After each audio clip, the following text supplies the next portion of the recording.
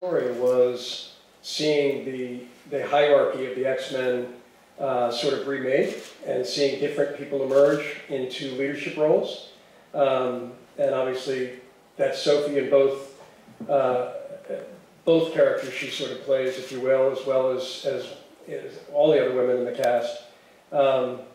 But the line, you know, in addition to being sort of a fun line and a great line to quote, is significant and important in the story, because I think one of the things I was most taken with in the script was that Simon was finally challenging some of the precepts of the X-Men as we've known them, and calling into question some of Professor X's choices and some of his philosophy, and questioning and looking a little bit more deeply at some of his hubris, in the way that any parent can kind of overstep their bounds and with the best of intentions perhaps do harm.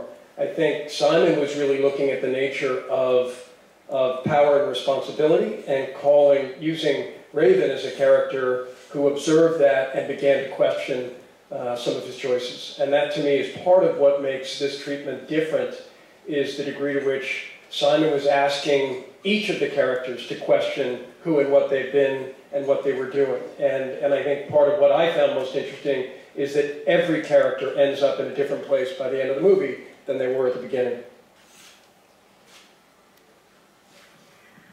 Bien sûr, ça va donner des idées en tant que producteur, mais ce qui était excitant pour moi ici, c'est de voir à quel point les hiérarchies avaient changé. Il y a de nouveaux leaders, en quelque sorte, qui émergent. Sophie, bien sûr, dans les deux facettes de son personnage, mais également tous les personnages interprétés par des actrices. Mais en plus, évidemment, d'être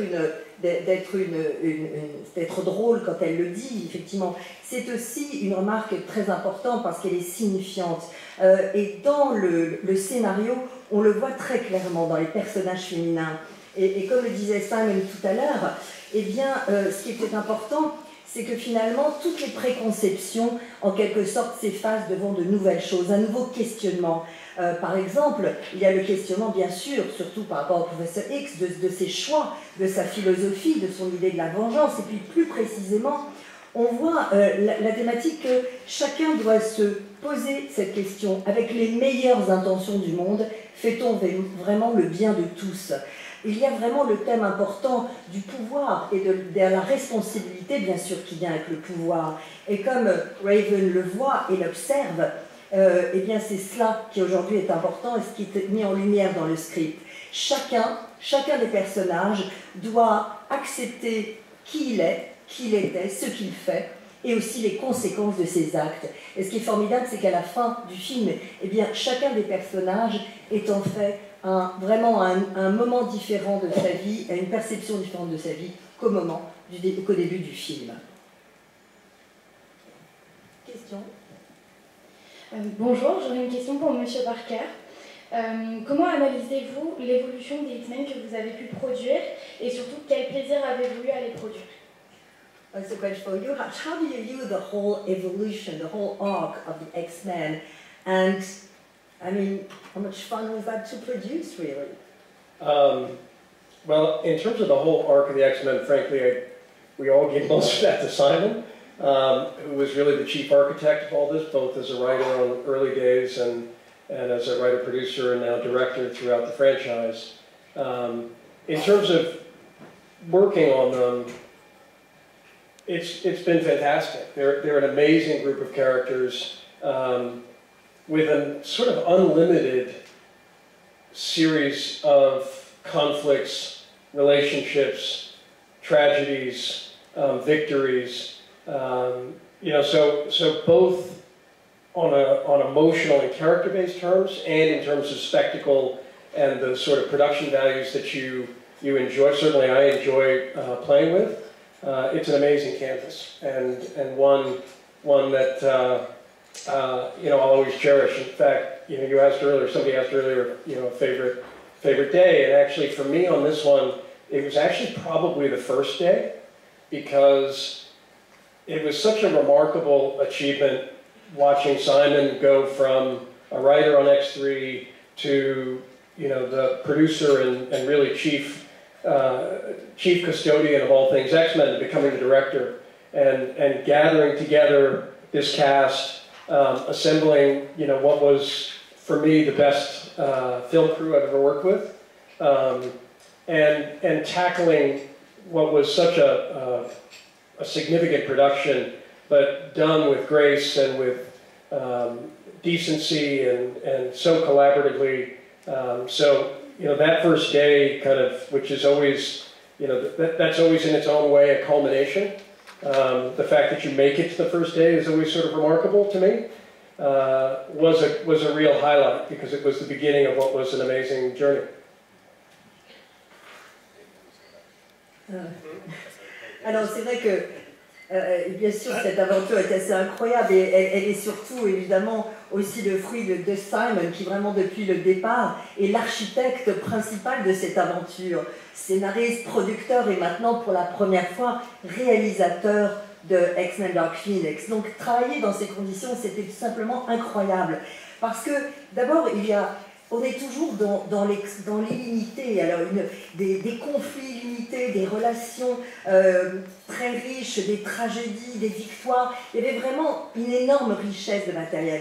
Et puis, évidemment, il y avait l'émotion ici, le spectaculaire, bien sûr, la production elle-même avec toute cette richesse de visuel. Donc c'est vrai que en regardant tout cela, je me dis que j'ai vécu une aventure que je chérirais toute ma vie. Mais c'est vrai que tout à l'heure vous m'aviez demandé quel était peut-être le jour favori du tournage. Et bien pour moi c'est le premier jour finalement. Parce que de voir Simon qui donc soudain, qui était vraiment qui avait, comme je l'ai dit, écrit, produit, qui était un peu le gardien de ces X-Men. Mettre soudain le réalisateur, avoir réuni un tel cast, et puis avoir vraiment fait avec beaucoup de grâce, si je puis dire, cette collaboration. Et bien ce premier jour était doublement important. D'abord parce qu'un premier jour est toujours un miracle quand on arrive sur un tournage. Et puis important parce qu'il y avait là toute cette formidable équipe que je voyais réunie pour la première fois, et de nouveau autour de Simon qui était réalisateur. Oui, une question un peu philosophique. Est-ce que ce n'est pas le film le plus nichien de tous les X-Men, à savoir cette question qui peut être posée par-delà le bien et le mal? J'aimerais que chacun réagisse par rapport à ça et par rapport à son personnage. Et pourquoi ne pas avoir gardé la dimension cosmique, si j'ai bien compris, plus que la dimension humaine du Phénix? Merci. Well, philosophical question. Let's talk about Nietzsche and Beyond Good and Evil. How would each of you react to the concept that this is the most maybe Nietzschean film of all X-Men? Most what? Nietzsche, Beyond Good and Evil. I'll take it. I know. Okay, you're the director. I studied Nietzsche in college. It wasn't that long ago. I think that this is the movie that is the least black and white, good and evil.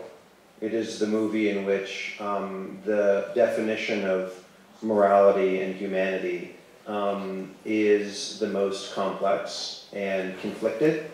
And I think at a time when a lot of superhero movies are about heroes and villains, and yet we are living at a time when the truth isn't the truth, and people who pretend to be heroes are actually villains, and people who are portrayed to be villains are actually heroes.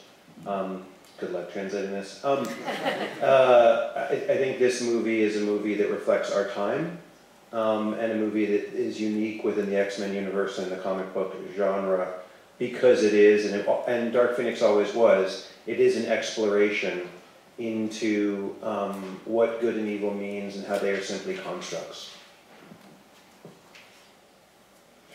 Alors c'est vrai que ce film, tout d'abord, est le moins, si je puis dire, noir et blanc, le bon et le mauvais, vraiment de tous les X-Men. Il adresse évidemment la question de la moralité, de l'humanité, mais de la façon la plus complexe et conflictuelle qui soit.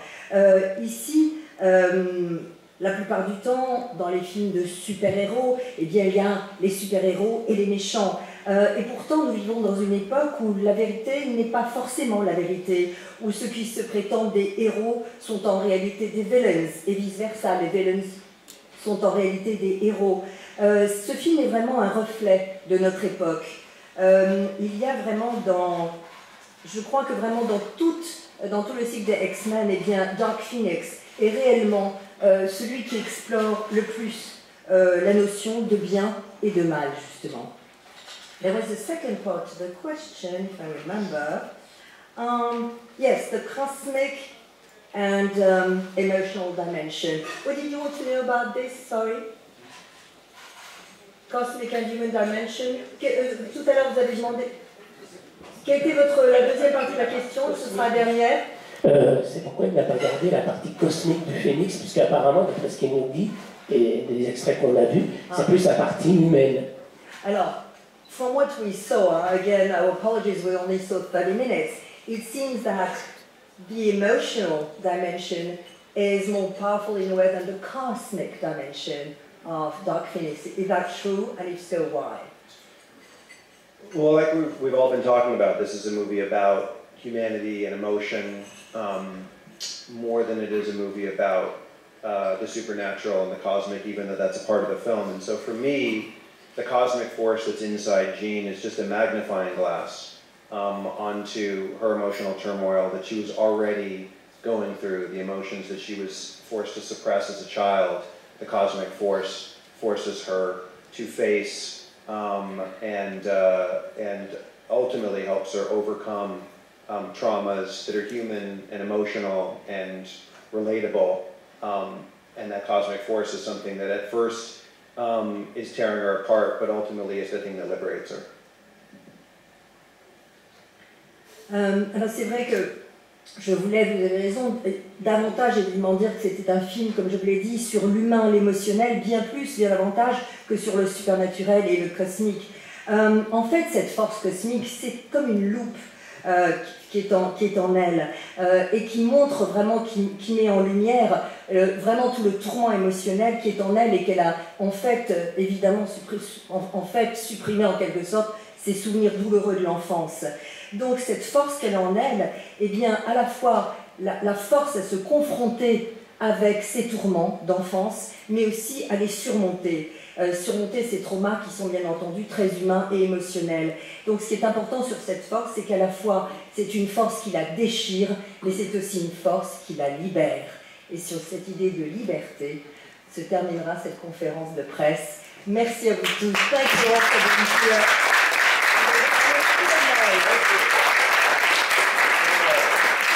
Good job.